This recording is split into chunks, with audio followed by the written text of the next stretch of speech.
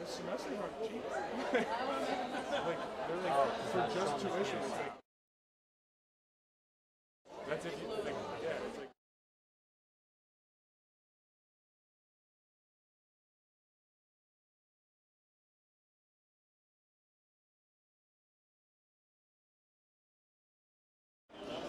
so it's like crazy. I was like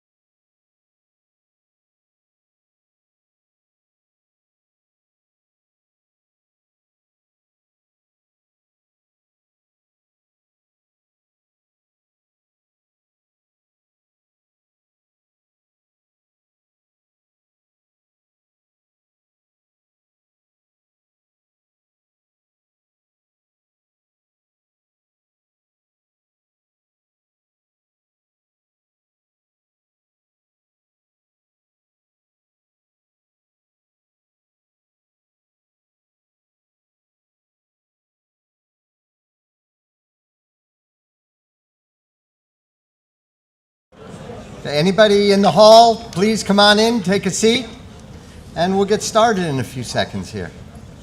There we go.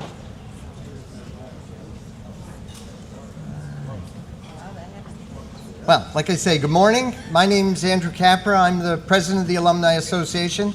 I'd like to welcome everybody to the 2025 OHS Alumni Association weekend and today's induction ceremony. This year we celebrate our 26th anniversary as our modern association. There were some earlier ones, but this is our modern one.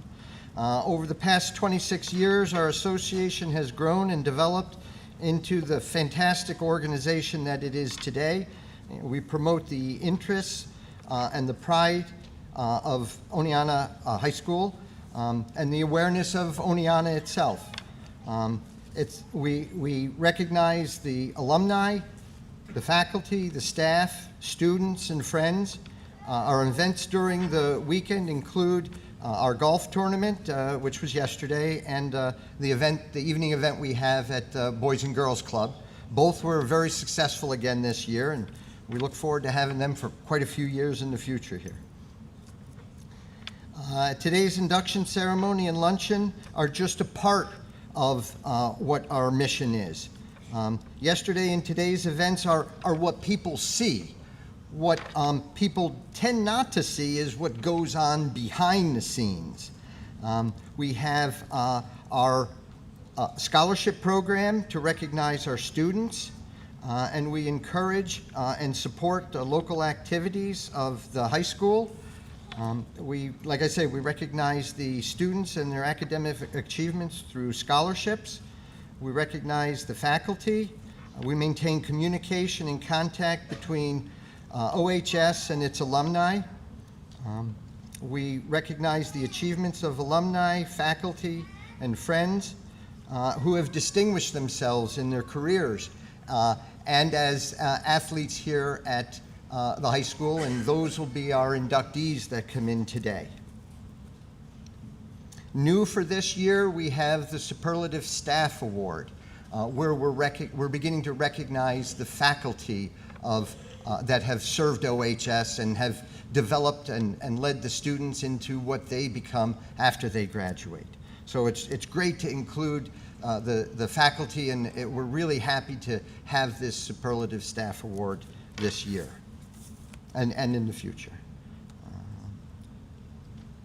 And new, last year we videotaped this ceremony, and then it was available to watch on YouTube after the ceremony. This year, we're not only recording it for future viewing, but we're live streaming. So I should have practiced more. At this point, I would have normally asked our superintendent, Tom Brinley, to make a few remarks. Well, Tom Brinley is at his 40th high school reunion in New Jersey right now. So, it's nice that there are other high schools that have alumni weekends like we do this time of year. But the one issue that I wanted to let everybody know is next year, this auditorium will be renovated. This is the way it's been since I was here in 1981, so nothing has changed. Everything looks the same. But when our alumni weekend takes place next year, this auditorium will be under renovation. It won't be completed in time for our ceremony. So we're looking at alternative locations now. And as soon as we have decided where we'll have it, then we'll let everybody know either through the email addresses that we have, our Facebook page, our future newsletters, and our website. So with that, I'd like to turn over to Janet Bryceland, our Vice President.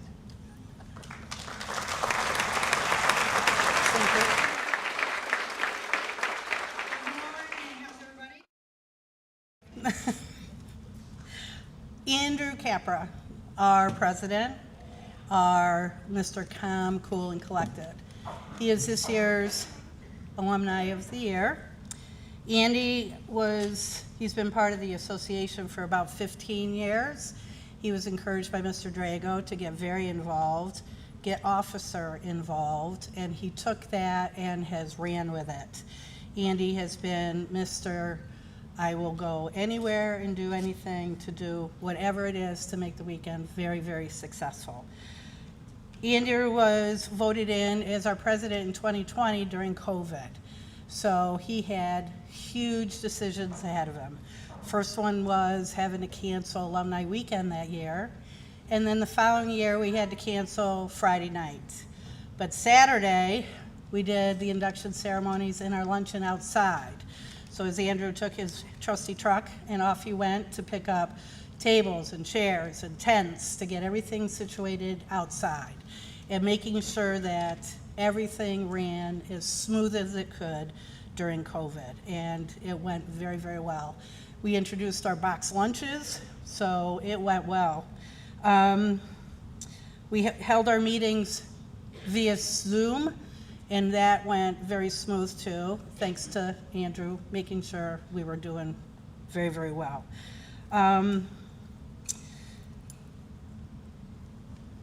He's been an outstanding leader. He's the chair of our finance committee and keeps our budget right on task. He's the numbers guy. So he always makes sure we're all informed where we are in our budget, what we need to do, and making sure that everything is where it's supposed to be. He's gone above and beyond for our Alumni Association events, wherever any artery of what it takes to get everything going, he's got his hands in. He's either making sure our lunches are set, making sure the induction ceremony is going the way it's supposed to, and then checking in with the chairs of every association, and whatever it is that needs to be done, he's running to pick up this, pick up that. Last night, he was 4 different places in between the golf thing and then the association last night, picking up everything. He is one of the key people that makes this weekend so successful, and according to a lot of the compliments we got last night about being a fine oiled piece of machinery, is due in part greatly because of Andrew.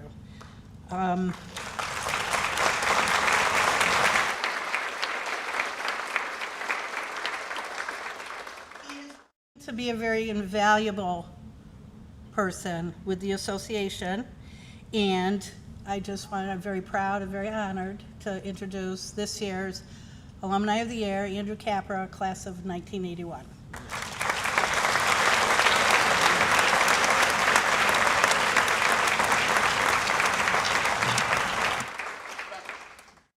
Thank you very much.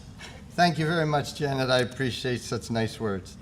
Yeah. I've had the pleasure to introduce over the last 5 induction ceremonies where we've included the Alumni of the Year. I've had the pleasure to introduce and to talk about Tammy Georgia Southard, Mary Drago, George Allen, and Tim Catella. I've worked with so many of the past Alumni of the Year, from Tony Drago in the beginning right down to Tim Catella last year. And I think that having worked with so many people who have been recognized as Alumni Year and have had such an impact on where our association is today has helped me want to do more, and has helped the information and knowledge that they gave to me has made it easy to do what I can for the association. In particular, Everett Baroni. I mean, every time I need something, Everett, Tim, Tammy, everyone is just right there to help. And to be included with all the past Alumni of the Year is just an honor that I just can't thank everybody enough for. I look forward to working with the Alumni Association for many years to come. Tony Drago has encouraged so many people to become members, and he gave me a little strong arm to come in and participate. And it has been so rewarding to be part of OHS. I had a great time at OHS. The only thing I missed at OHS personally was I wasn't here my senior year. I was an exchange student in South America, in Peru. So all of what the seniors do from the athletic events to the prom, I never participated in that in my senior year. So I guess I'm trying to maybe make up to do a little more with what goes on now for missing that. But I had a great time in South America, in Peru. I can't go ahead and say that I didn't. It was a highlight of my high school career. But I'd like to thank everybody on the association, my officers, committee members and chairs, all of you who are here today, our alumni who are not. I really appreciate. I'm proud to stand and to have my name listed with the previous alumni of the year, and I really look forward to continuing to help in any way that I can and do as much as I can. Now behind the scenes a little bit more than something that's visible. So thank you very much. I do appreciate that.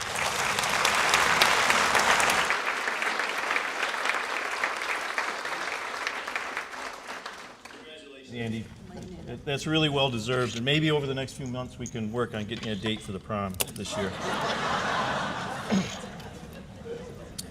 My age. It's now my pleasure to introduce to you this year's class of honorees and inductees. Superlative staff honoree, accepting for Douglas Parsons, Beth Parsons McGuire.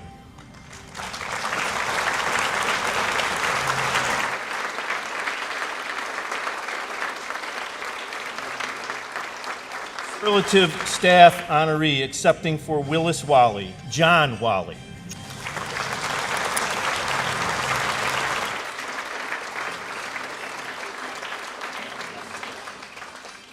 Class of 1968, Wall of Distinction inductee David P. Rowley.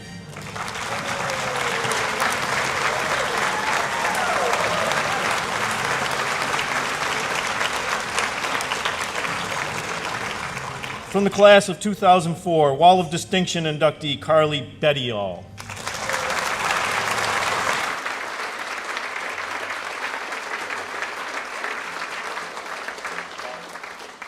Class of 1979, Wall of Distinction inductee Catherine Ann Lindell.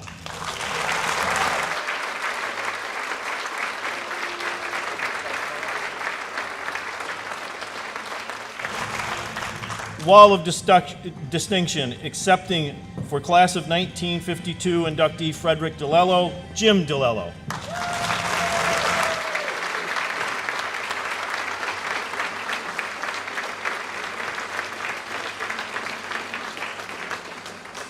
Athletic Hall of Fame, accepting for class of 1995 inductee Kara Haddam, Noel Forbes.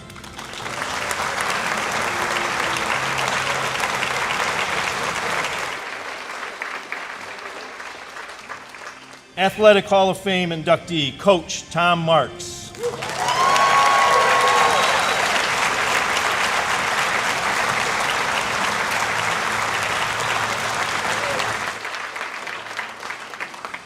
From the class of 2000, Athletic Hall of Fame inductee Mike Austin.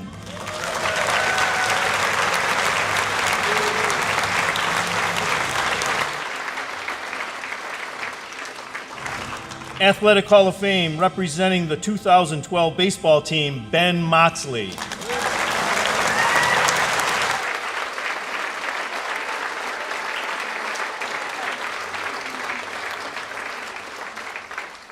Athletic Hall of Fame inductee, Coach Alex Brannon.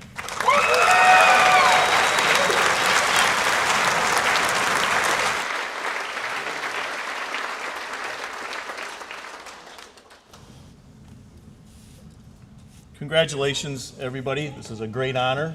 And take a deep breath, relax, enjoy a little bit. We've got some new stuff this year, so it's now my pleasure, speaking of new things, to introduce to you the co-chair of the Superlative Staff Committee, Diane Jorgensen.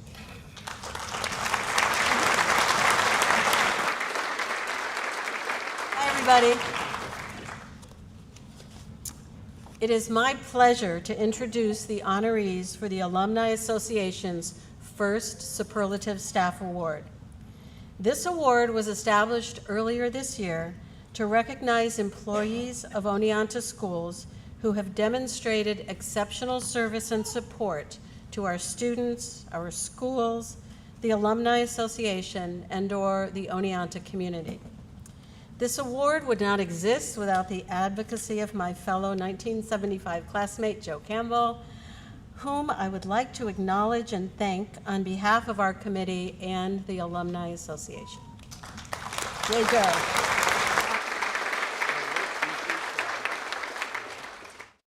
First honoree is teacher and coach Douglas L. Parsons. Douglas L. Parsons was born on June 4th, 1943 in Rockville Center, Long Island. He served in the U.S. Army from 1965 to 68, including times as a construction engineer in Vietnam, attaining the rank of first lieutenant. Graduating from SUNY Cortland in 1970, he was recruited to teach mathematics and coach football in Oneonta in 1971. Mr. Parsons taught classes in mathematics including algebra, calculus, geometry, trigonometry, and consumer math. He was instrumental in bringing computers to Oneonta High School and was one of the first to teach computer science beginning in 1983. As a teacher, he was devoted to his students and innovative in his approach.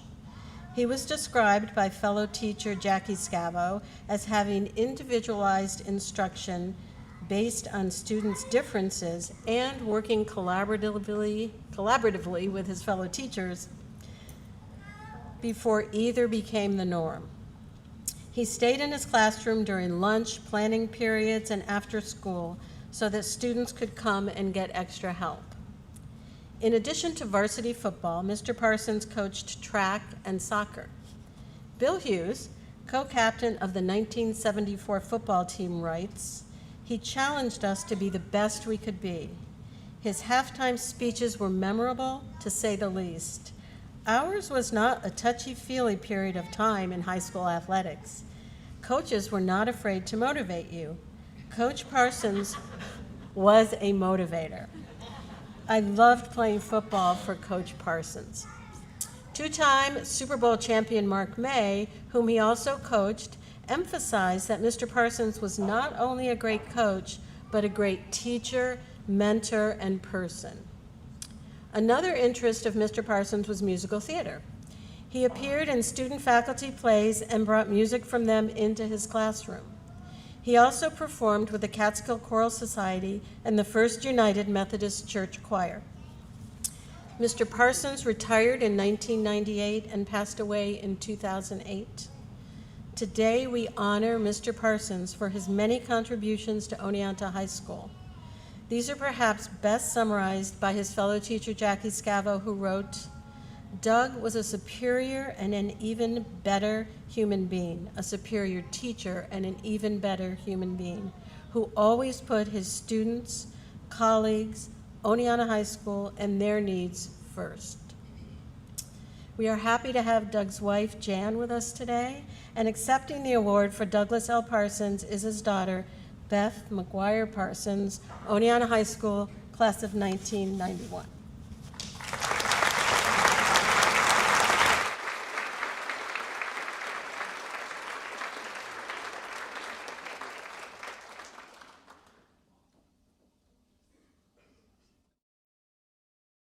Hi, everyone.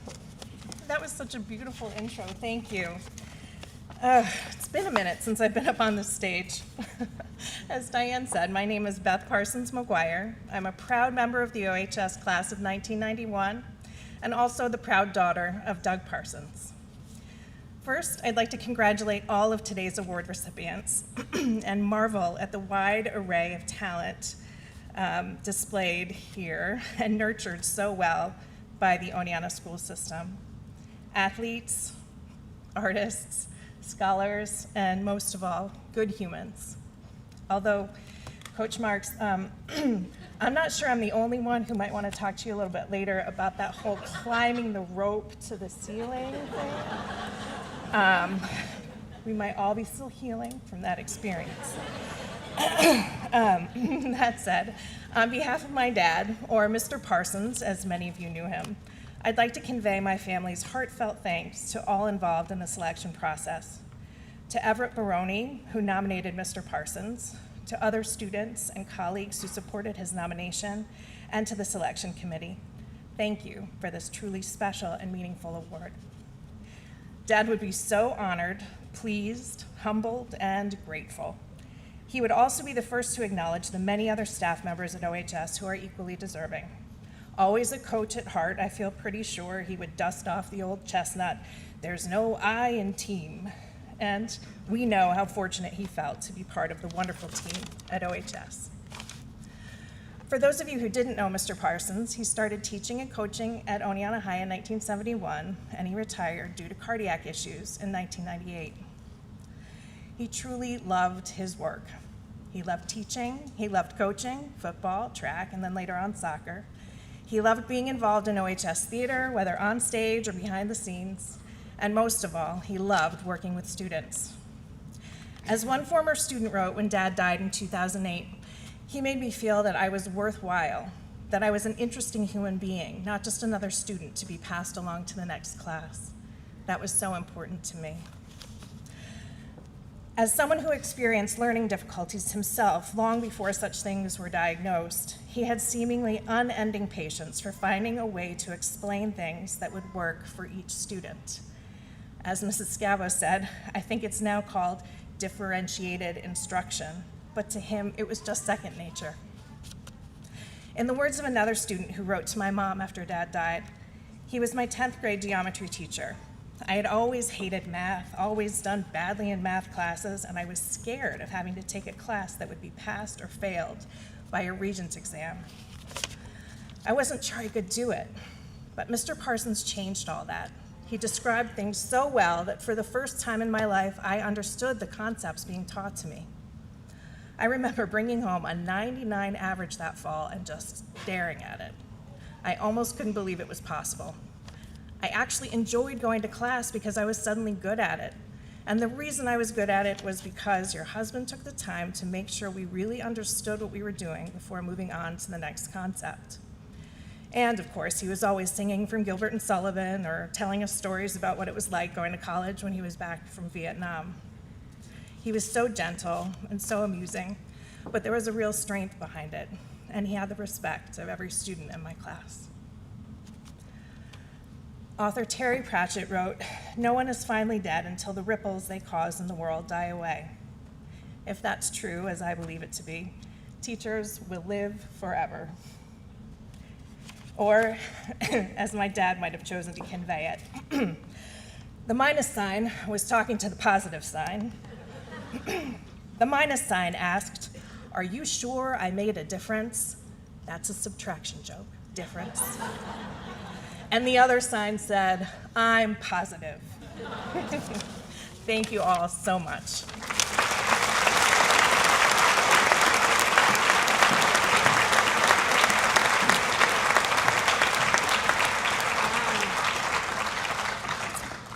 Okay, so our second honoree is teacher and choir director Willis L. Bill Wally.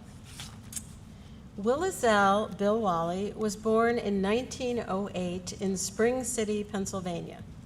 He received a BA from Juniata College in Pennsylvania and an MA in music education from NYU. After teaching in Binghamton schools, he was recruited to come to Oneonta in 1943 to head the high school music program. While at OHS, he taught classes in rudiments of music, music history, and music appreciation. He directed the varsity choir, the junior varsity choir, and several small ensembles and soloists. Each year, the varsity choir produced 3 major concerts: the Christmas concert, the Sacred concert, and a Broadway play or a selection of Broadway music. The varsity choir also participated in annual music competitions judged by NYSSMA, the New York State School Music Association. Under Mr. Wally's direction, the choir earned top A ratings for 14 consecutive years on grade 6, the most difficult level of music. In addition, the 1951 choir was named the best in the state at a regional high school music festival held that year. Mr. Wally served as a director of music for the Oneonta City School District, as well as president of the Otsego County Music Educators Association. In 1948, he was chairman of chorus for the NYSSMA Sectional All-State Program. He was also a member of the Oneonta Kiwanis Club and directed choirs at the First Methodist Church in Oneonta for 25 years. Following his retirement in 1968, Mr. Wally moved to Sun City, Arizona, where he continued his music leadership for 14 years for directing the Sun City Male Chorus and the United Church of Christ's Choir in Sun City. He passed away in 1998 at the age of 90. Mr. Wally is remembered by his students as being a formative influence, as many went on to become music educators and performers themselves. For his nomination, his former student, Milt Collins, a member of that best state choir of 1951, summarized the numerous letters received from students on his retirement that echoed a common theme: the enjoyment of having had him as a teacher and choir director, and the lasting impact he had on their musical lives, both in performance and in appreciation of the music of others. Accepting the award on behalf of Willis L. Bill Wally is his son, John Wally, OHS class of 1960.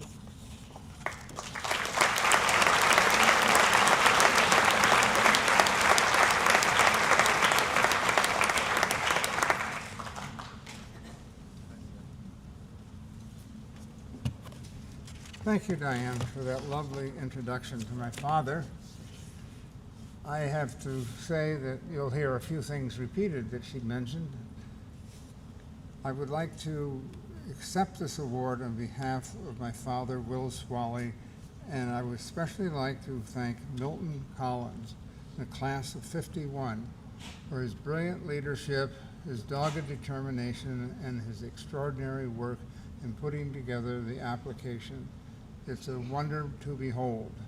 Thank you very much, Milton Collins. And I'd also like to thank the Superlative Staff Awards Committee for selecting my father and Joe Campbell and Diane Georgeson for including me through this whole process. Dad's journey began in 1908 in Spring City, Pennsylvania. He was the first child of parents whose schooling ended in 8th grade. The dream was for them that their son, Willis and Frank, would go to college, and they both did, and beyond. Willis Wally discovered that his passion for music would become his true calling when he switched from chemistry to education at Juniata College and eventually earning his Master of Education degree at New York University. In 1942, Dad was invited to Oneonta High School by OHS principal Harold V. Hager, who later became superintendent. He was invited to establish the school's first music program, especially the choral program. What happened next was remarkable. Over 25 years, he didn't just teach music. He built gradually a professional program with results that became known throughout New York State. The first 11 years required that my father maintain his vision as he learned new skills in music and in management. And at the same time, he was building the vocal sophistication and confidence of his students. These foundational years produced tangible improvements in the performance of the varsity choir, which became Willis Wally's signature organization. Thereafter, for 14 consecutive years, from 1955 to 1968, his varsity choir achieved the highest possible score of A6 for presenting best performances of the most difficult music anywhere in the Western tradition. Also, the varsity choir was judged every year at the competitions held by NYSSMA, New York State Music Association. This wasn't just success. This was sustained experience at the highest level. Dad understood that building such achievement required giving students meaningful challenges. He created 3 concerts, annual presentations of the Christmas concert, the sacred concert, and a Broadway musical. Although these were school and community events, the music selected were skill-building experiences that prepare students to perform the most challenging classical music in the Western tradition. An important part of Dad's work were his early innovations to help students reach their full potential. He was the first to bring tape recorders into the classroom and into rehearsals, allowing students to hear themselves and thereby to improve their performance. He was also the first to he hired professional sound engineers from New York City to record and produce records for the varsity choir. And these were for giving students a lasting memory of their varsity choir music at OHS. Last but not least, Dad built relationships that lasted way beyond graduation. Some of his former students corresponded frequently with him from college about their musical training, and sometimes they came to visit him in his retirement in Arizona. A testament to this profound impact on their lives. He also could look back at over 100 letters praising the choir and his performance from administrators, community leaders, college professors, music educators, and parents.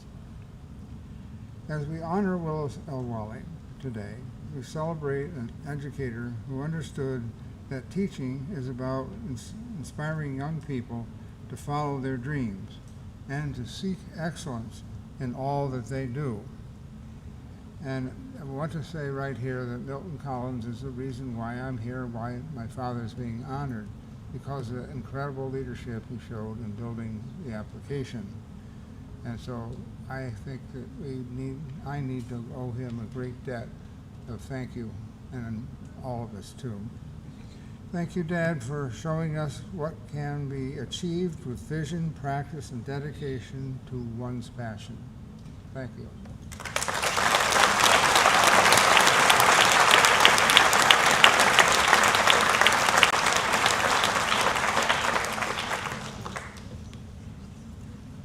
I'd like to now introduce present to you the inductees for the Wall of Distinction, the co-chair, Corinne Smith.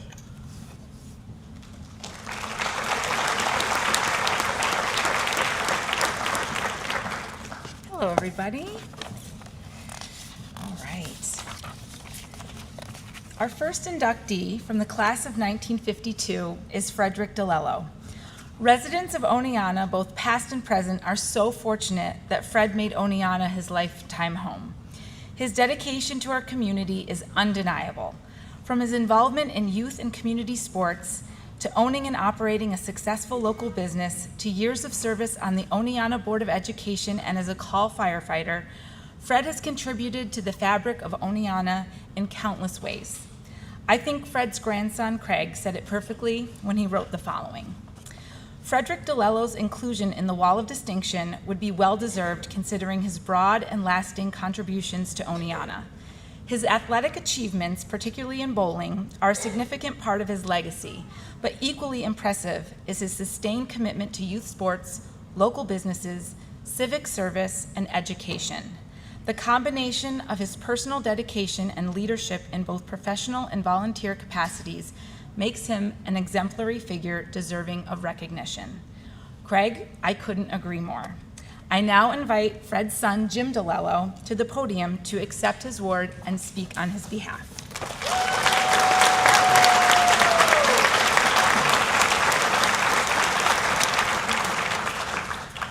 Get my cheaters on here.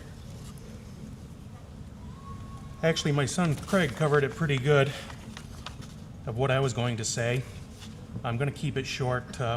There's a lot of things I could say, but it'd take a lot of time. On behalf of my father, my friend, or my family, I'd like to thank the Wall of Distinction Committee for selecting him for this prestigious award. My father couldn't be here tonight due to illness, which is unfortunate. We were hoping to get him here, but he was unable to make it. My father was an avid bowler. He bowled at LaMonica's, Oneonta Elks Club in Cooperstown, and in tournaments all across the country.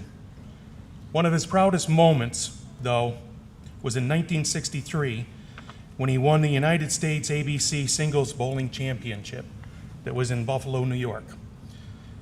And because he was the U.S. champion, he represented the United States at the World 10-Pin Bowling Championships in Mexico City, Mexico, which back then was the Olympics of bowling. With that, and being an avid bowler, he started the youth bowling at Oneonta Elks Club. He helped kids learn how to bowl, keep score, bowl in a league format, and he would take the kids to tournaments throughout the state. He loved youth sports, loved helping wherever, whenever he could. He worked with Doc Knapp. Now, everybody in the front row should know who Doc Knapp is, at New York Telephone. And when Doc Knapp decided to spearhead the project to move the Little League from Newall Park to where it is today, down in the Booster Club fields, my dad was there to help any way he could. He coached Little League Baseball, Babe Ruth's baseball. He helped coach the Oneonta Moose Club small fry baseball team to your New York State championship. And he had served as president of Oneonta Little League. He is a founding member of the Oneonta Little League Foundation, along with Doc Knapp. When Pee Wee football started, he was one of the first sponsors to step up and say, I want to be a part of that. He wasn't doing it for the recognition for his business. He was doing it for the youth and the sports. He's a founding member of the Sixth Ward Athletic Club, which originated at the old River Street School. He was instrumental in helping the Sixth Ward purchase the old Joe's and Mary's restaurant, which sits on West Broadway in Oneonta today. He's a founding member of Oneonta Fast Pitch Softball, where a group of guys who love to play softball got together. They built a field that used to be adjacent to Doc Knapp Field and went on for quite a few years. He served 17 years as a call firefighter in the City of Oneonta Fire Department. He served 9 years on the school board for the City of Oneonta, which he did mostly for the kids. He was very proud of being an owner and operator of J&D Printers, which he did for 60 years. He retired last year at the age of 90. He wouldn't have retired, but unfortunately his health was starting to decline. And in closing, I have to say, my father would like me to finish this by saying probably one of the best accomplishments of all was marrying his high school sweetheart, having 3 children, 2 grandchildren, and being able to celebrate being married to my mom for 70 years in January. Thank you.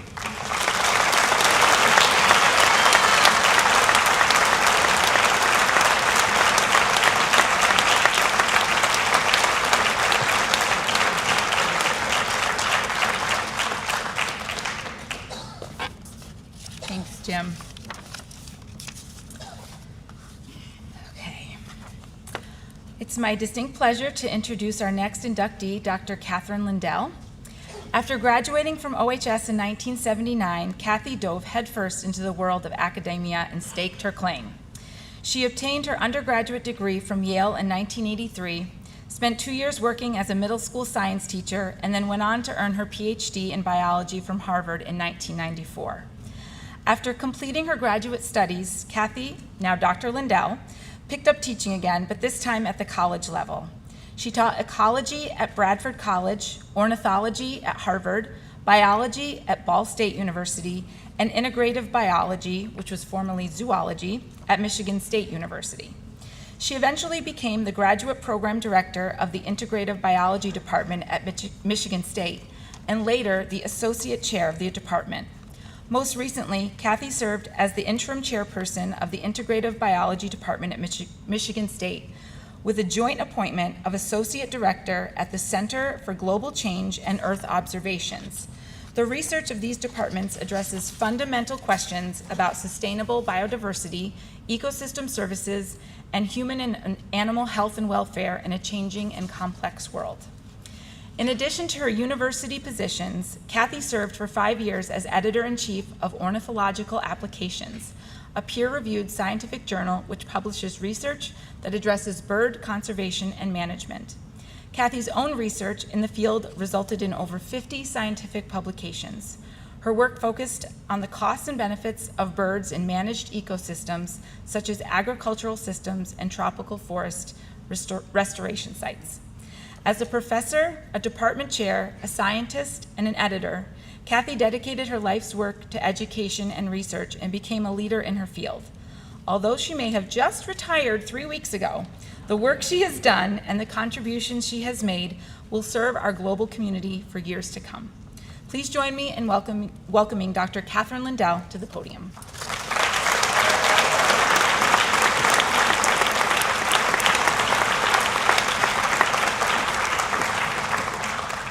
Thank you all. It's really nice to see you and to be back at Oneonta High School. First, I'd like to thank the Wall of Distinction Committee, and particularly Corinne, who's been really on top of things. Perhaps she should consider being mayor or some higher political position. I also want to thank and very much appreciate my parents, my sisters, Liz and Jen, and John and Annette Lindell, for providing a really loving environment that I grew up in here in Oneonta. Without many rules, that was pretty nice.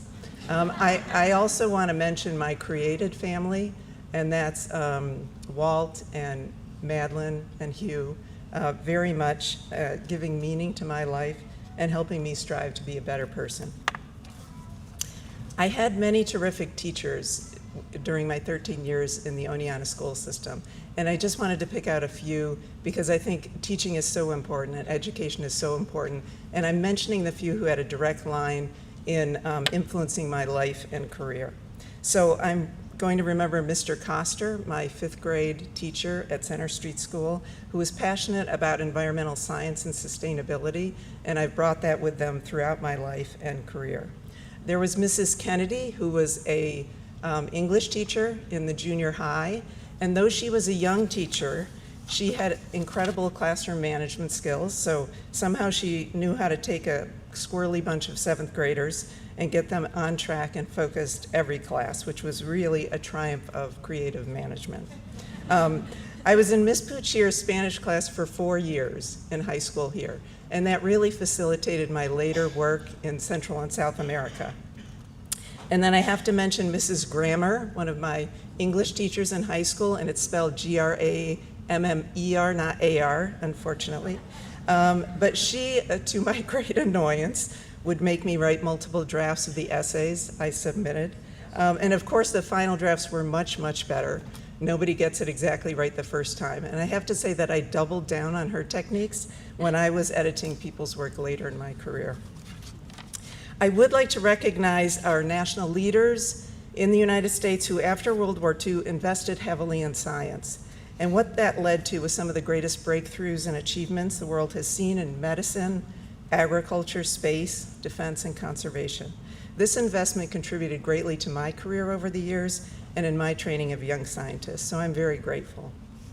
Finally, I'd like to thank my lifelong Oneonta friends, many of whom are here: Tammy, Ruth, Joanne, Anne Marie, Patty. I have treasured their friendships all these years. And I'm going to call out Ruth Correo in particular, who was the ringleader of my nomination here, and she's also the ringleader when we get together. So she tried to keep my nomination a secret, and so she was telling me this cockamamie story about how one of her neighbors liked birds, and this neighbor wanted to see my resume.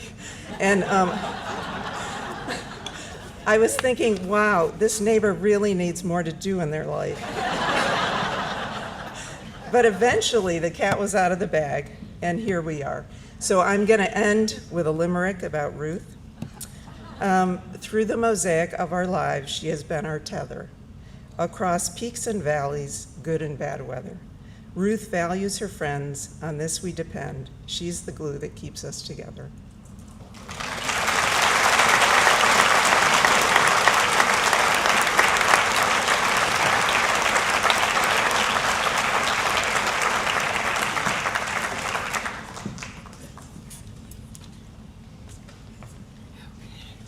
Good afternoon. I have the pleasure of introducing Carly Bettiol as a new member of the OHS Wall of Distinction. Carly Bettiol is a Broadway dancer, actress, and singer, and has demonstrated outstanding achievements in the arts. Carly graduated from OHS in 2004, then went on to attend SUNY College at Oneonta. Carly graduated from SUNY Oneonta in 2008 with a bachelor's degree in business economics and was the vice president on the executive board of the Terpsichorean Dance Company. She also received the Chancellor's Award for Student Excellence in 2008. Carly studied tap, jazz, lyrical, modern, and hip-hop dance all through high school. She performed in both the ensemble and in starring roles in multiple musicals with a community theater at Orpheus Theater. After college, she moved to New York City and performed with several national and international tours, such as Flashdance the Musical, In the Heights, A Chorus Line, Disney's Beauty and the Beast. Carly was in the original cast of Hamilton, both off and on Broadway, of which she was the understudy for Eliza Hamilton, and was only the third woman to ever play that role, performing opposite Lin-Manuel Miranda. Hamilton won a Grammy Award for Best Musical Theater and won 10 Tony Awards. Carly can also be seen in the ensemble, the Hamilton film on Disney. She was also in the Broadway cast of the Cher Show and Bandstand. So welcome to the podium, Carly.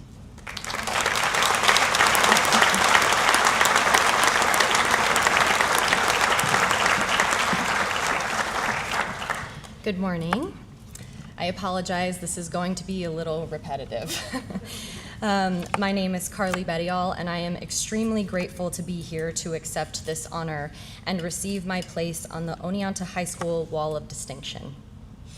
OHS played a vital role in shaping my future and supporting my personal and professional endeavors.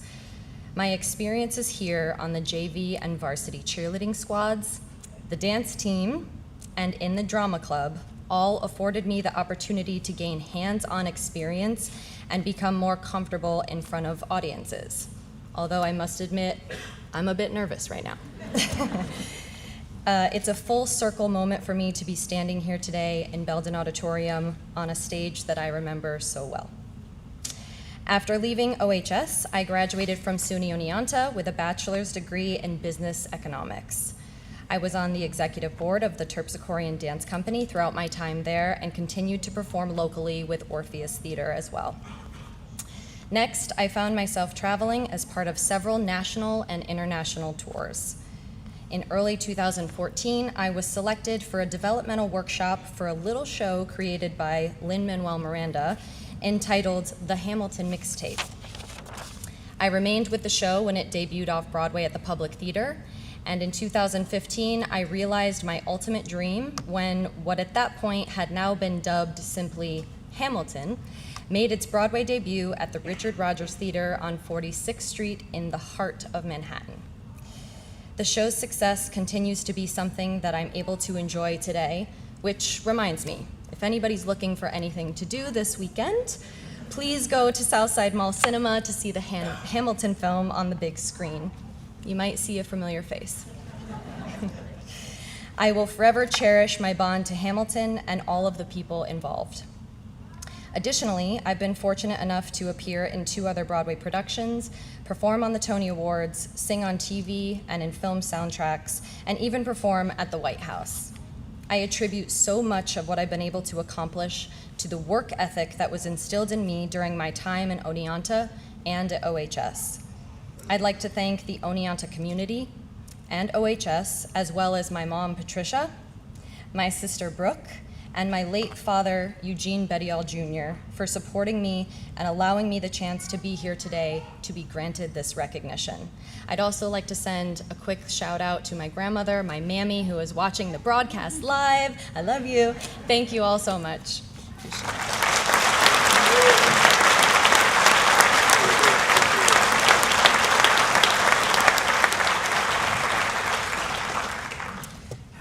And our last member to be inducted into the OHS Wall of Distinction is David Rowley. David graduated from OHS in 1968. He continued his education at Hartwick College, graduating in 1972.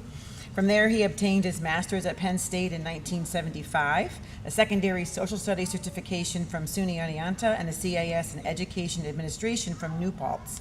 David had a 40-year career in public education as a high school teacher, coach, principal, and superintendent of schools.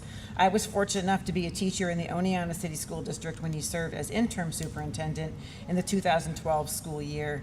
He was instrumental in helping to restore the OHS pool and has been involved in a variety of community organizations such as the Friends of Oneonta Theater, A.O. Fox Foundation, Friends of Bassett, the Community Foundation of Otsego County, County of Otsego IDA, and the Oneonta Rotary Club.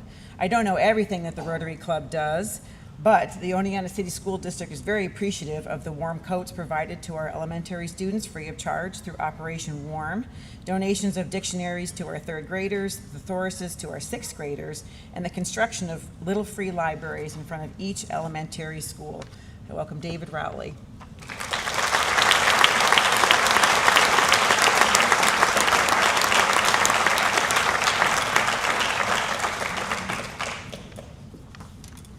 I can't top Hamilton, I can tell you that. So, congratulations to everybody up here on stage, the other inductees. It's my honor, actually, to be up here with all of you. I'm looking down at the 2012 baseball team, and it reminds me of how long ago I graduated from high school. So, you guys look great, I might add. As a superintendent, I actually had a baseball team win the state championship, and it is some amazing honor. And it's a great thing for the community, so kudos to you guys. Thank you to the Wall Distinction Committee, because your dedication, you keep our collective experience at Oneonta High School alive and well, and we all owe you a debt of gratitude for that. So, also, thank you, and congratulations to Andrew Capra, a well-deserved recognition. I was truly blessed to be one of 10 children of Dr. C. Douglas Rowley and Mary Rowley. Quite frankly, half the people here are probably my relatives. My parents came from very humble beginnings, and they came of age during the Depression and World War II. And my mother turned 17 2 weeks before the Japanese attacked Pearl Harbor. Hard to replicate that kind of experience in life. I have no doubt that their background and their experiences contribute to their incredible sense of gratitude that they had every day for family, friends, and for the simple things in life. And for my father, that was a cup of coffee and a piece of apple pie. So they were the kindest, most generous, and unselfish people I've ever known in my life. My sisters and brothers will tell you that my mother had the patience of a saint, and they will also tell you that we tested that patience regularly. The 10 of us were truly the center of their life, and we were surrounded, quite frankly, by extended family of cousins, aunts, and uncles. And I can tell you in all honesty, I had 5 favorite uncles and 5 favorite aunts. More importantly, my parents taught me to always appreciate my good fortune and to share it with those less fortunate. To reach out and provide a hand up to those in need. To always treat others with dignity and respect, because all lives have value.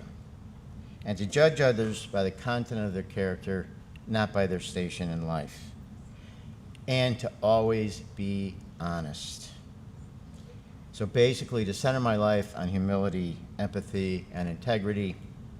I've tried to practice that. I have not always succeeded, to be quite honest. I am a proud member of the OHS class of '68. I was blessed to grow up in Oneonta.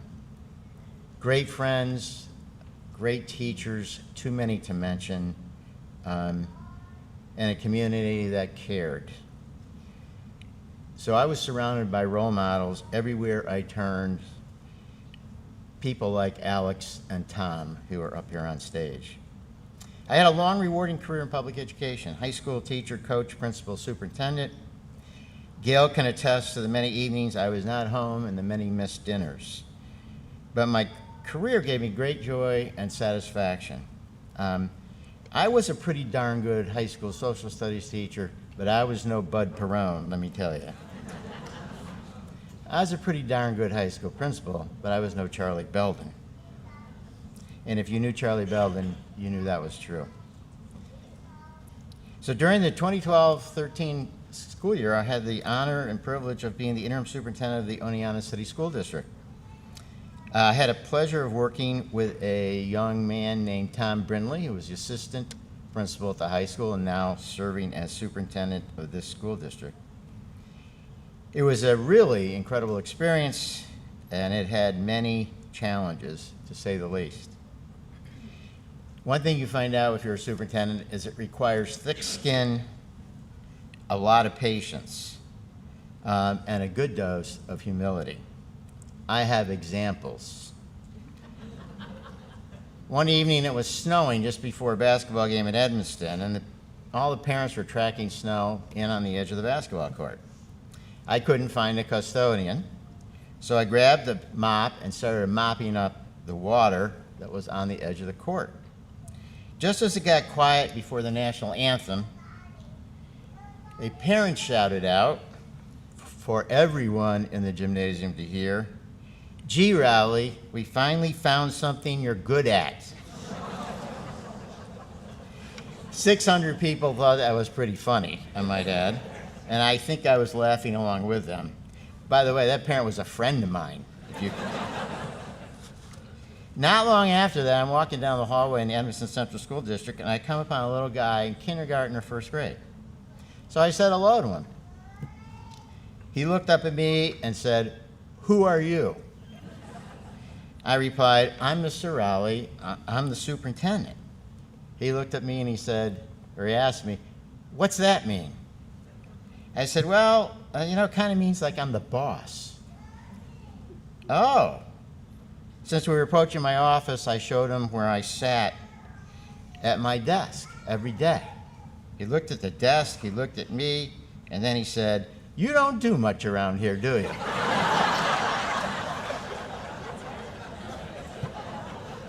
I had nothing to say. The problem is, as he was walking away, I'm thinking, he may not be the only one who thinks that. And the best of all was after I became superintendent of the Oneonta City School District, naturally my picture appeared in the Daily Star with a little article. The next day, I stopped at Hannaford on my way home, and the cashier, as I'm in the line, the cashier's looking at me, trying to place who I am, right? I get up to the cashier. She eventually asks, "Didn't I see your picture in the paper?" I go, I said, "Yeah, I think it was in yesterday." Then she asked exactly what I knew she was going to ask. "Are you Dr. Rowley's son?" The fact that I was the new superintendent never came up. Another lesson in humility, and also a reminder that my master status in Oneonta has been and always will be Dr. Rowley's son. Even though I've been active in community service for most of my life, I had a different perspective, I think, after a conversation on September 23rd, 2012. I was attending the calling hours for Judge Robert Harlem, another role model, and I was standing talking to his son Bob, a longtime friend. Bob pointed out a picture of the early board of the Oneonta Boys Club. Our fathers were both in the picture. Also in the picture was one of my favorite people of all time, Anthony Drago. Bob made a comment to the effect that those board members were the leaders of their generation, and then he posed this question: who is taking their place? As I walked back to my car, I realized that Bob had already assumed that role, and it was time for me to get more involved. Ironically, that same year, I became aware of the sad condition of the Oneonta High School Wright family swimming pool.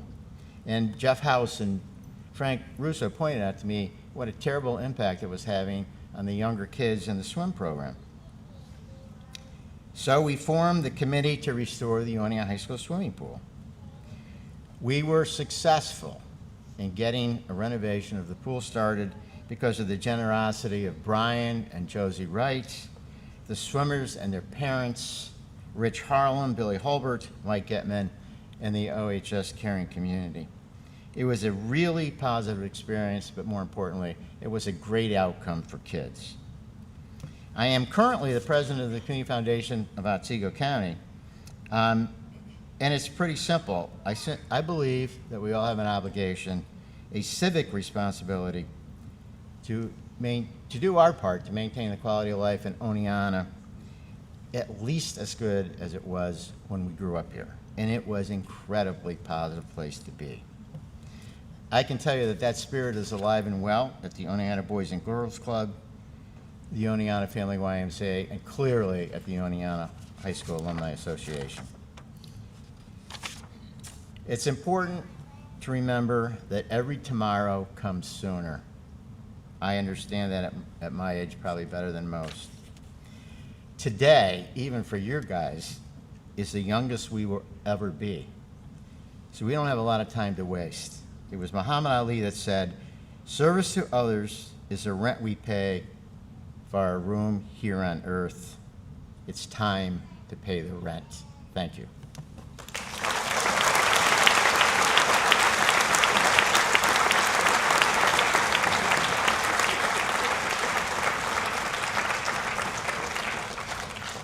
Congratulations to all of the Wall of Distinction inductees and to Corinne and Kim for the tremendous work that your committee does.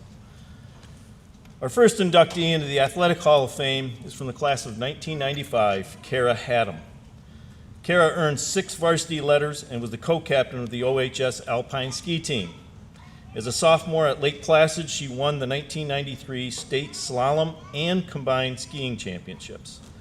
She went on to win the Section 4 Alpine Combined Championship in 1994, and again at Lake Placid in 1995, she took home silver in the New York State Slalom Championships.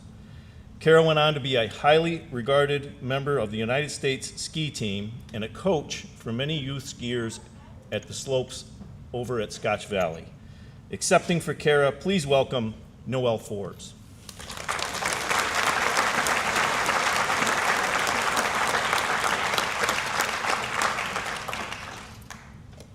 Good morning. My name is Noelle Forbes, and it is my honor to accept Kara Haddam-Ballier's induction into the OHS Athletic Hall of Fame on her behalf. Although Kara cannot be here today due to medical challenges, she asked me to extend her heartfelt gratitude for this special acknowledgement. She wants you to know that growing up in Oneonta and being involved in the sports community were instrumental in cultivating the focus and determination that have guided her throughout her life. Above all, she is profoundly grateful for your continued support and encouragement. When I learned I would be speaking for Kara, I asked her sister Katie how Kara was first introduced to skiing. Katie shared that their mom, Patty, loved to ski and later taught their dad, Pete. From there, it became a family affair. Both sisters excelled in the sport, Katie in Massachusetts, where she attended boarding school, and Kara here in New York. It quickly became clear that Kara possessed extraordinary natural talent. In 1993, as a high school sophomore, she dominated the competition at the New York State Championship in Lake Placid, claiming first place in the slalom, finishing among the top 5 in the giant slalom, and ultimately earning the title of New York State overall combined alpine champion. Most athletes dream of reaching that level once. Kara did it again in '95.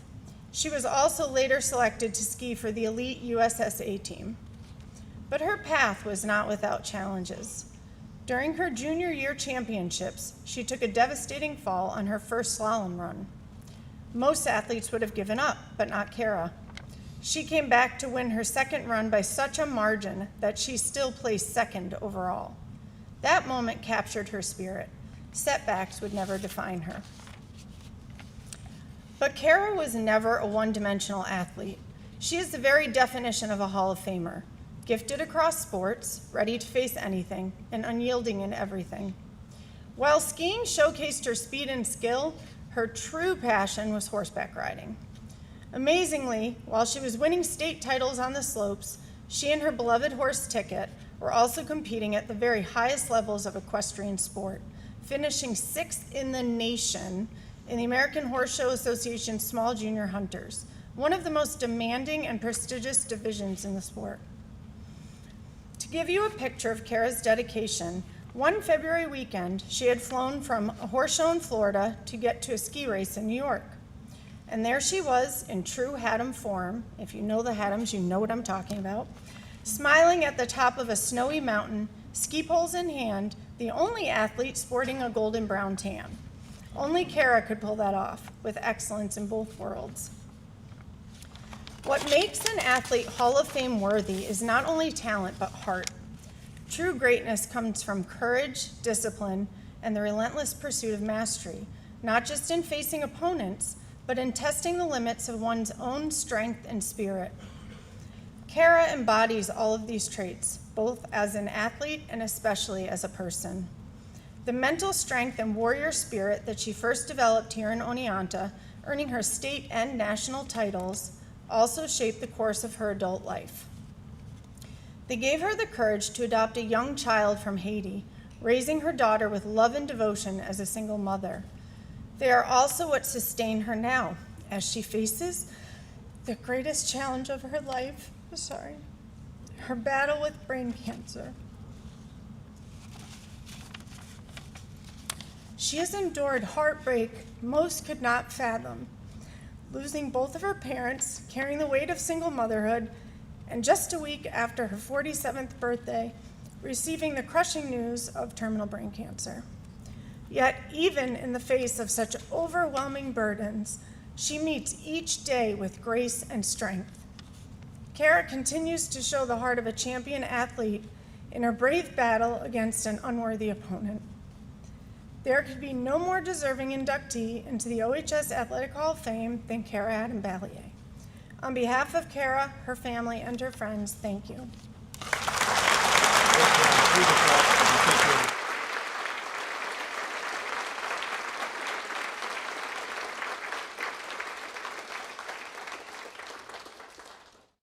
From our legion of coaching greats, Coach Tom Marks. He has been involved in the football and wrestling programs for over 40 years at multiple levels, including head coach of both squads. For the football program, he does whatever is asked of him. No job is too big, no job is too small. From coaching to scouting to breaking down film, he's all in. As head coach of the varsity wrestling team, his athletes won over 150 dual meets, along with numerous individual sectional and league champions. He is a fixture in the Section 4 wrestling community, serving in roles such as a division coordinator, referee selection chair, protest committee chair, and weight certification assessor. Tom founded and continues to oversee the Oneonta Novice JV tournament, which now includes over 24 teams from 3 different states. He is also a founding member of the highly regarded Ross Cordell tournament. Please welcome Coach Tom Marks.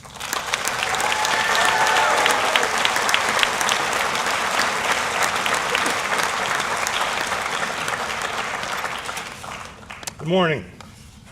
I tried to get Gary DeLello to come, and do my speech for me, but Mr. Catella would let me allow that, so I guess I have to do it myself. Guess I'm here to enjoy everybody that's here. Congratulations. It's quite an honor. A little humbling, but I'll get through it. I'd like to thank the Alumni Committee for all their hard work putting all this together, and the weekend of activities, the Athletic Hall of Fame Committee, Tim Catella, for my inclusion, and of course Matt Miller for rounding up all the knowledge, material, records, and putting it all together. Mr. Brindley and the school board for allowing us to have the opportunities that we have here, students, athletes, and coaches.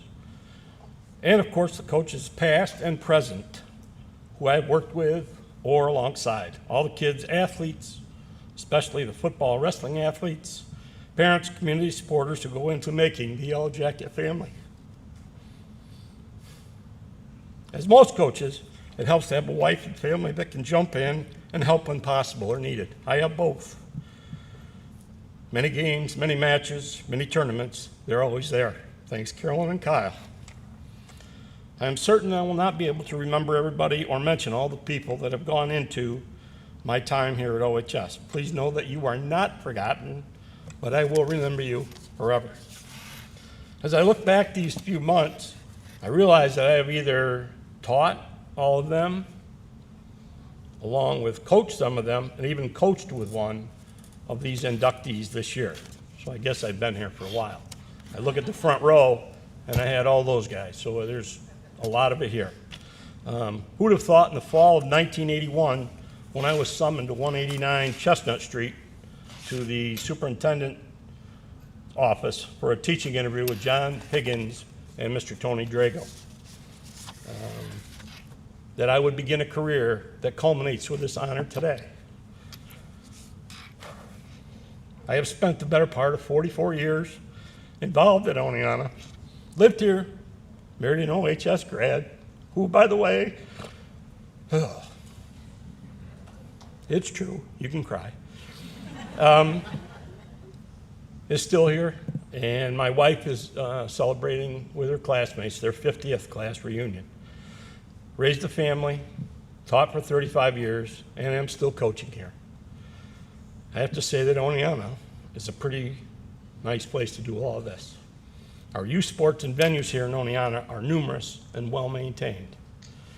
Oneonta Boys and Girls Club, YMCA, Jiu-Jitsu Academy, Youth Little League, Youth Softball League, Fall Soccer, Fall Flag Football, Youth Football, Pee Wee Football, Youth Wrestling Clubs, biking clubs, and many more.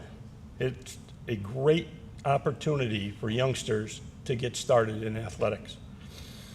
Then you throw in our very competent coaches here at OHS now that work the extra hours throughout the year in sport-specific workouts and the weight room providing multiple chances for all to take advantage of. By getting involved and taking advantage of these offerings, this will allow the Alumni Association and Committee to continue to have quality choices to sit up here in these spots that we are all enjoying today.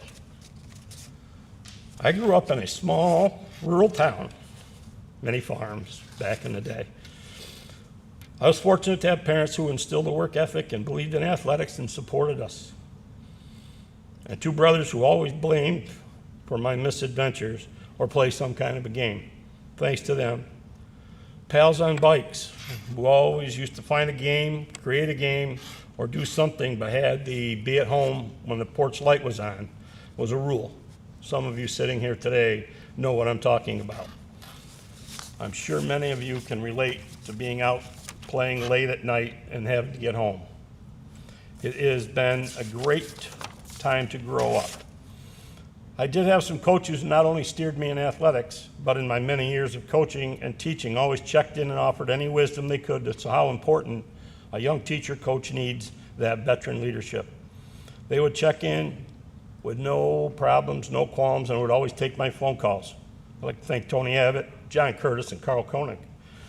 A bit of trivia, though, is that most people believe that my first dealings were with my wife here in Oneonta. That's not true. My college football coach, Oneonta Hall of Famer and friend, Coach Gary Scott, great person, great coach, and somebody that I really cherish as a friend. Coaching and teaching have been pretty much a lifelong occupation for me, one I will never ever second guess. Looking out through here today, a lot of older families, familiar faces, and students, athletes, some younger, ones who are here today, I know that it has been time well spent. As I wrap up, I couldn't have started and continued in a better place. My years were filled with coaching many alumni Hall of Fame coaches. Helen Sanford, Bob Z, Dave Forbes, Joe Hughes, and now Coach Brandon. Pretty fair group, I would say. Thank you.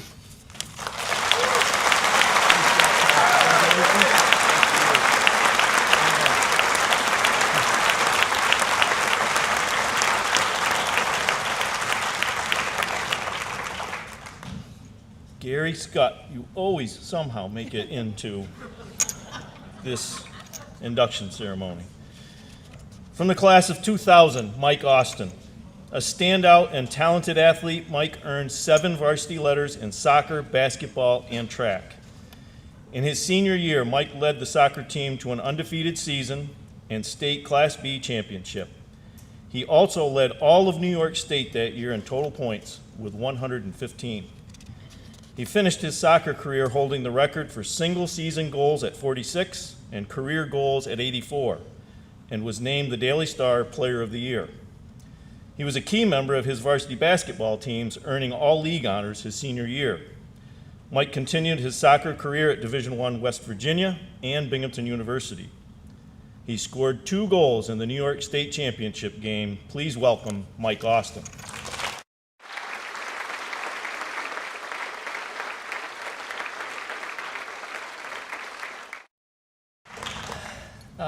Thank you.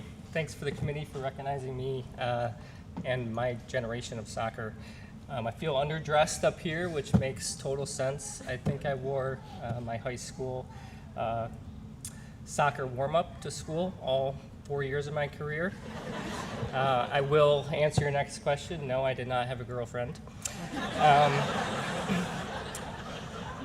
I do want to start by thanking my mom. Always thank your mother immediately whenever anything happens. And I'm going to thank her.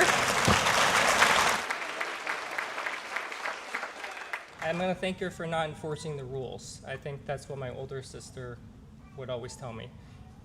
You don't have any rules as the youngest. So thank you, Mom, for that. Thank you to my Uncle Chris for nominating me, Matt Miller for adding in some more details about what I was able to accomplish here at Oneonta in my 4 years.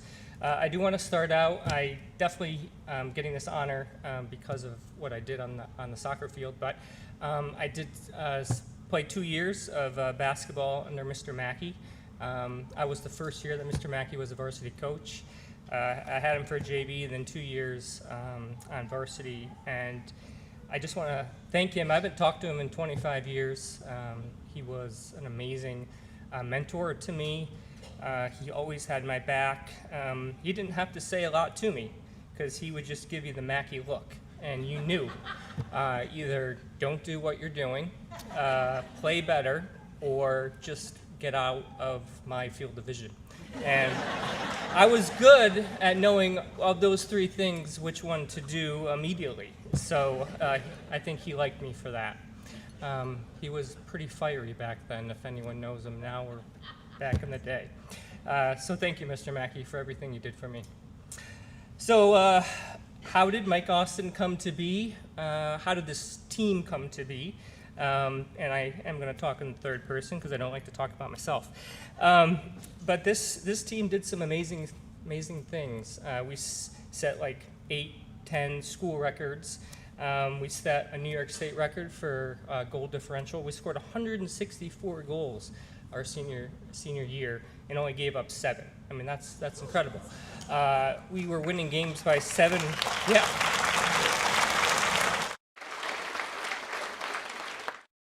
Obviously won the state championship that year, undefeated, first time in Oneonta history. We were the first B school at the time, a small school, to be ranked ahead of all the other schools at the end. So at the A school, we were the first end-of-year New York State rankings that have a small school ranked number 1. We were ranked number 4 nationally, which is insane for Oneonta, and the smallest school ever to be ranked that high. So some pretty amazing things that we were able to accomplish. And where did that start? It started with my dad. It started with youth soccer here in Oneonta, sorry. And it started with a community of soccer players that I grew up with. Troy Bueller's here. So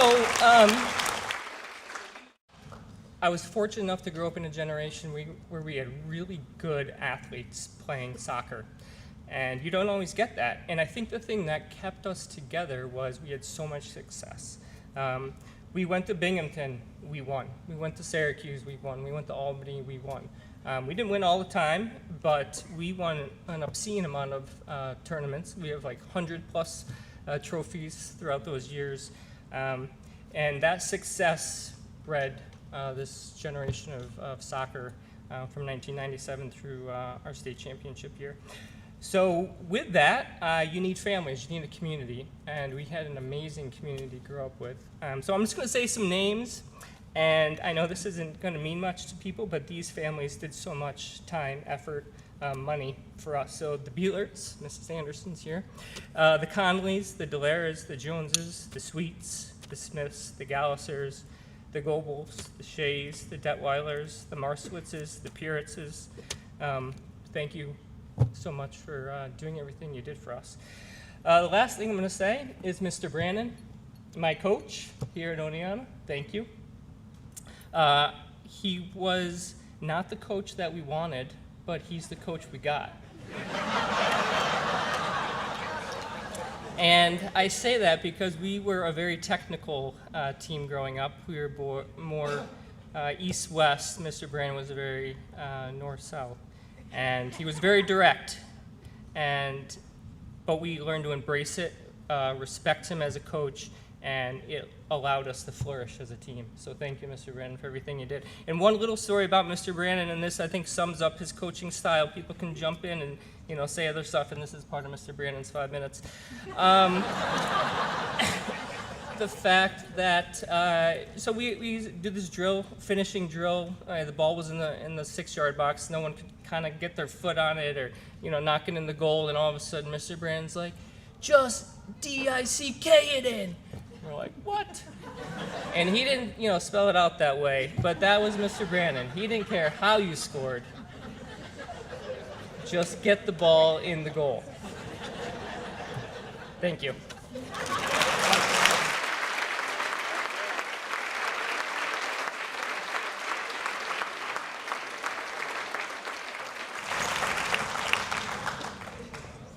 The 2012 baseball team. This talented group posted an overall record of 24-2, setting the school record for single-season wins. They were undefeated in the powerful Stack League, winning the overall league title. They won the Section 4 championship via a thrilling 6-run comeback victory. They then beat Briarcliff 2-0 to win the New York State Class B championship. They had 6 players named to the All-State Class B teams, with Ben Moxley being named Player of the Year. Their leader, Coach Hughes, was named the New York State Class B Coach of the Year. This guy only gave up 4 hits in a complete game in the New York State Final. Please welcome Ben Moxley.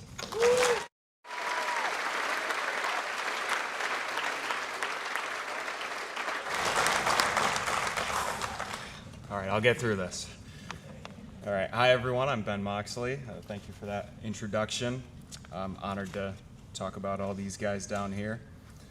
I have to admit, I've been told by one person in this room that I peaked in high school. And since I've been writing this speech for 13 years, she's probably right. I have to start with our amazing coaching staff. Josh, you committed an immense amount of time to mold this group of young men. He was one of my Little League coaches, coached us all the way up through. I'll never forget the life advice talks on the way home from games. You're a great role model, and I still look up to you. Schmitty, no one cares more about OHS athletics than Schmitty. He's been dedicated for the majority of his life to helping OHS athletes. He never stops caring. I still get calls from Schmitty to just catch up or try to set up a round of golf. You're an incredible asset to this town, and we couldn't have done it without you. Jester, there's really nothing I can say. You know how this group feels about you.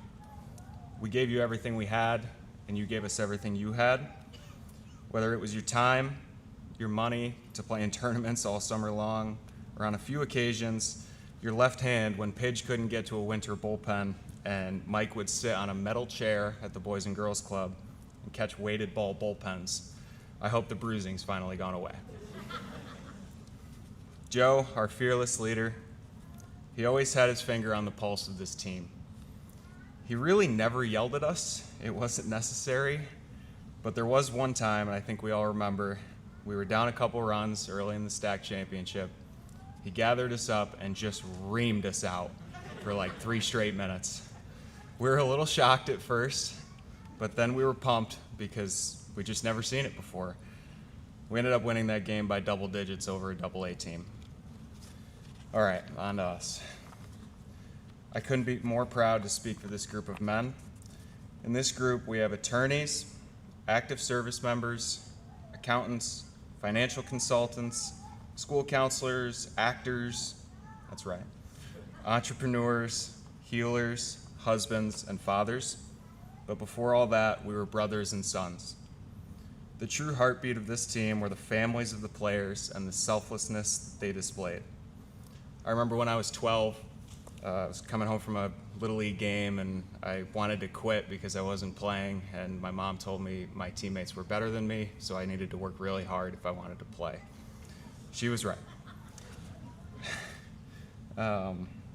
It also didn't hurt to grow up with 3 older siblings that would always play catch with me. No matter how hungover my brother was from a night out the night before or whatever they were doing, they would always play catch with me. But the selflessness of the parents on this team extended beyond each family's son. I can only speak from my own experience, but what an experience it was with the parents and families in this room. Tom King taught me how to pitch and how to field a ground ball. Not in a team practice, just me and him on a field on Wednesday nights. I can't count how many rounds of batting practice Doug Payton has thrown me, or how many meals Sue fed me afterward. We destroyed both the Getmans and Young's backyards for wiffle ball.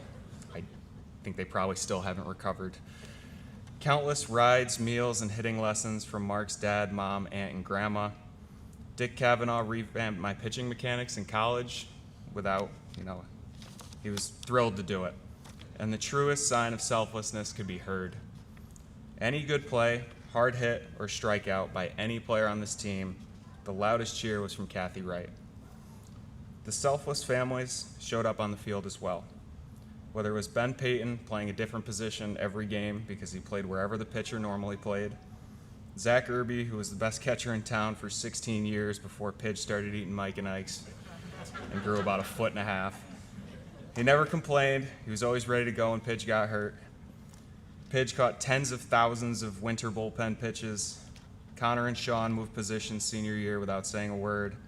Ryan Ravino, the only shortstop in the state that got DH'd for, he didn't complain. He took more ground balls. Vega, always being ready to pinch run or keep the outfield a no-fly zone when injuries popped up. Matt Horn, always ready to play lockdown defense or move the runner over. Pinder legging out an insurance run in the championship on one leg. Mike, being a prospect on the mound, but providing his biggest contributions as homers in every big game we played. David was always the voice that we needed when we came out flat. And how can we forget Markey warming up for 12 out of the 14 innings on championship day, and then still having the arm to make the game-winning throw from right field. I honestly can't remember a time when anyone on this team talked about playing time. We learned the art of selflessness from the parents, families, and coaches that raised us. It wasn't about the next level, the accolades, the stats. It was about the team. I love this team. I will always love this team. Jackets baseball 12 forever.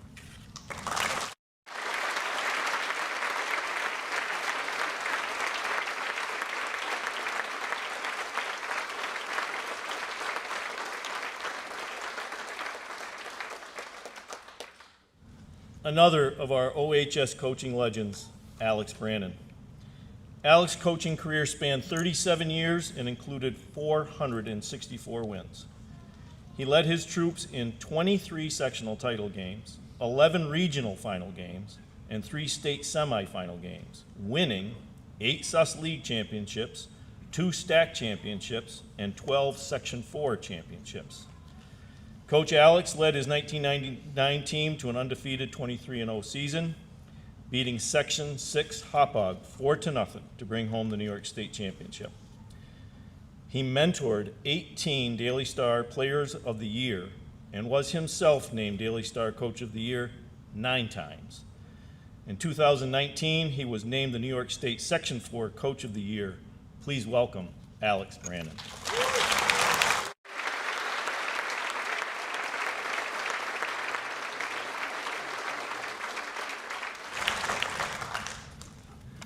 Wow, 37 years, and I've got to come after all you guys. So, good morning, everyone. Congratulations to all the inductees, first of all. As I stand here today, I'm filled with deep gratitude and emotion. As I reflect upon my coaching journey, this career has been a dream come true. And it's not just because of the games we've won or the championships we've celebrated, but because of the incredible people I've been fortunate enough to meet along the way. First and foremost, I want to thank my family, my wife Colleen, my 2 children, Megan and Alex, and all my loved ones. You've sacrificed countless evenings, weekends, and vacations so I could spend time on the field.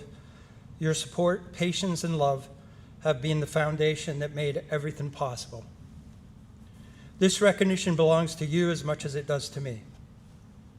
To the players, past and present, you have been the heart and the soul of everything I've done. Your passion, commitment, and hard work made every moment of this field worthwhile. You've shown up, pushed yourselves, and strived for excellence, not just for yourselves, but for your teammates. Watching you grow not only as an athlete, but as people has been one of the greatest honors of my life. You've taught me just as much as I hope I've taught you. For that, I will always be grateful. To the parents, thank you for trusting me with your sons. I know it's not easy to hand over the reins, especially when it comes to something as important as your children's development. Your support, encouragement, and sacrifice are often the unseen foundation of everything we do. The late-night rides, the weekends spent on tournaments, the words of encouragement after tough losses or great wins. You were there every step of the way, and I couldn't have done this without you. To my colleagues, assistants, staff, and fellow coaches, I could not have done this without you. Coaching is never a one-person job.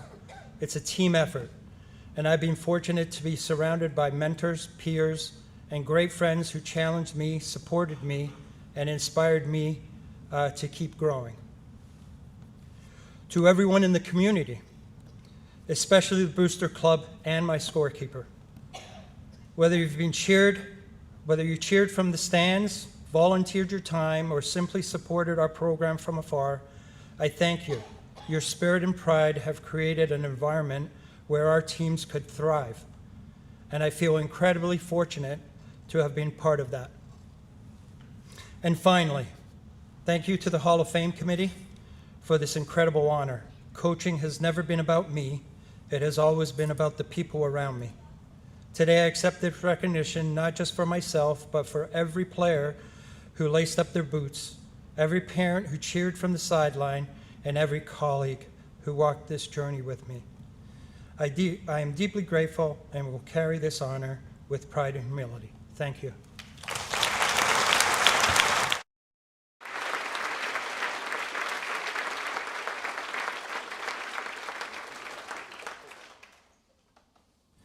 We'll ask you now to please remain seated, and our host, Joe Hughes, is going to guide our inductees down behind their plaques for the official unveiling. So if you could just take your time, and we're all going to go this way and down.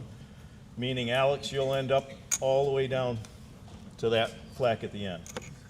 Okay, please go that way with Joe.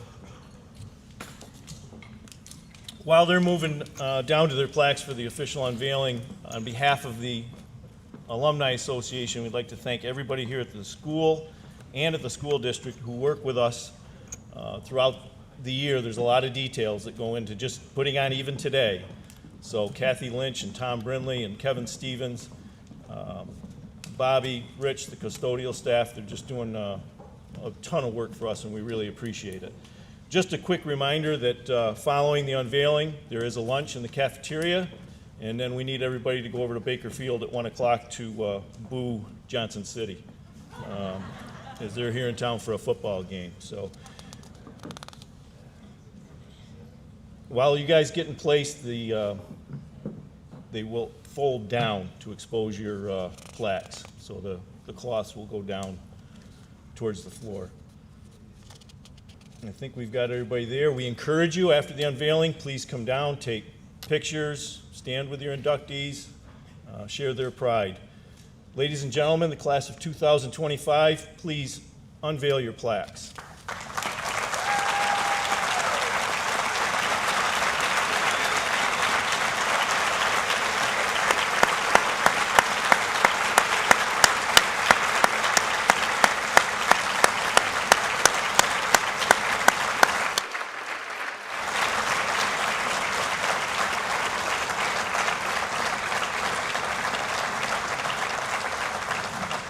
That concludes our ceremony. Please come down and share time with the honorees. Thank you.